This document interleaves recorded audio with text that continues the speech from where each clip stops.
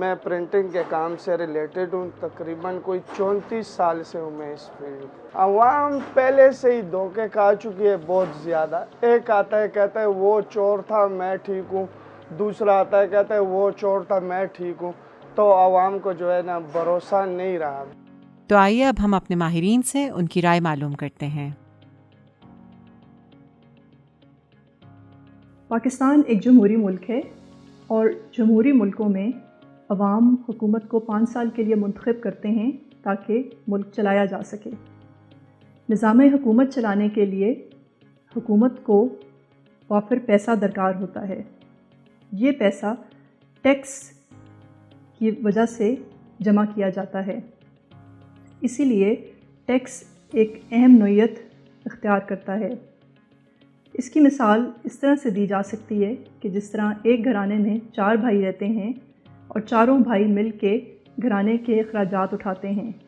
اگر ایک بھی بھائی اپنی آمدنی کا حصہ دینا بند کر دے تو گھر کا نظام بگڑنا شروع ہو جائے گا اور گھر کا نظام چلنا مشکل ہو جائے گا۔ بالکل اسی طرح اگر شہری اور کاروباری طبقے ٹیکس دینا بند کر دیں تو نظام حکومت بگڑنا شروع ہو جائے گا اور چلنا مشکل ہو جائے گا۔ اسی لیے ٹیکس دینا تمام شہریوں کی اور کاروباری طبقے کی اجتماعی ذمہ داری ہے۔ ٹیکس اس لیے لیتی ہے سر کہ ہمارا ملک آگے بڑھ سکے، ترقی کر سکے۔ اگر باہر ملکوں میں آپ دیکھیں تقریباً کہ سگریٹ کے پیکٹ سے لے کے جوس کے ڈبے تک سب چیزوں پہ ٹیکس ہے، تو وہ لوگ آگے ہی بڑھ گئے ہیں۔ ہم جیسے لوگ ہی ادھر جا کے ان ملکوں میں پھر کام کرتے ہیں، اور ادھر جو آدمی ٹیکس پے نہیں کرتا اس کا سارا جو ہے بوجھ وہ ہم جیسے عوام پہ پڑتا ہے، پھر ہم چیخیں مارتے ہیں مہنگائی ہے وہ ہے۔ ٹیکس نہیں دیں گے تو پھر ملک تو آگے نہیں جا سکتا۔ جب ہم ٹیکس پے نہیں کرتے تو حکومت کے اکاؤنٹ کے اوپر ایک ڈیفیسٹ یعنی کہ نگیٹو میں ان کی انکم آ جاتی ہے، جس کو فنڈ کرنے کے لیے ان کو بیرونی ممالک سے یا انسٹیٹیوشن سے لونز لینے پڑتے ہیں، جیسے کہ IMF اور ورلڈ بینک۔ یہ صرف ہم لوگوں کے ٹیکس نہ پے کرنے کی وجہ سے ہے۔ ٹیکس کی پوری دنیا میں پاکستان سمیت مین 4 قسم کے ٹیکس جو ہیں وہ رائج ہیں۔ Number 1 income tax.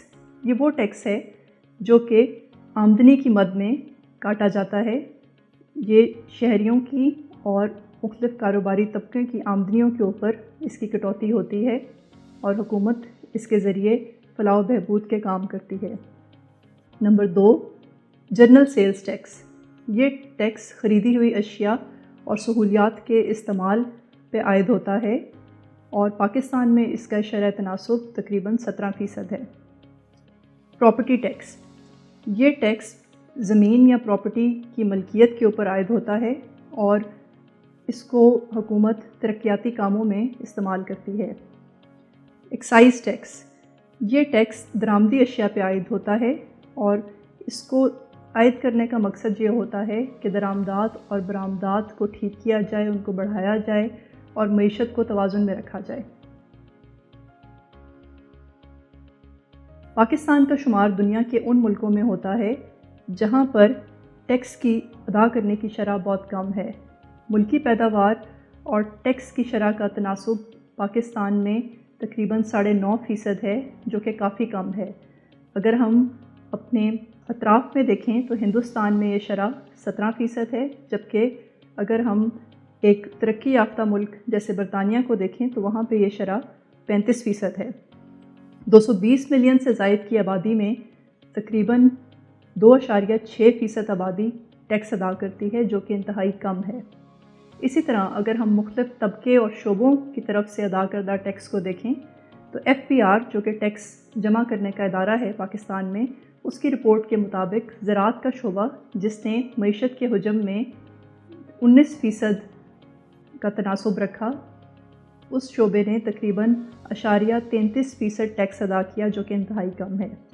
اسی طرح اگر ہم کاروباری طبقہ ریٹیل اور ہول سیل سیکٹر کو دیکھیں جس نے بھی تقریباً 19% کا معیشت میں حجم ثابت کیا، اس کی طرف سے بھی ادا کردہ ٹیکس 3.8% ہے، جو کہ انتہائی کم ہے۔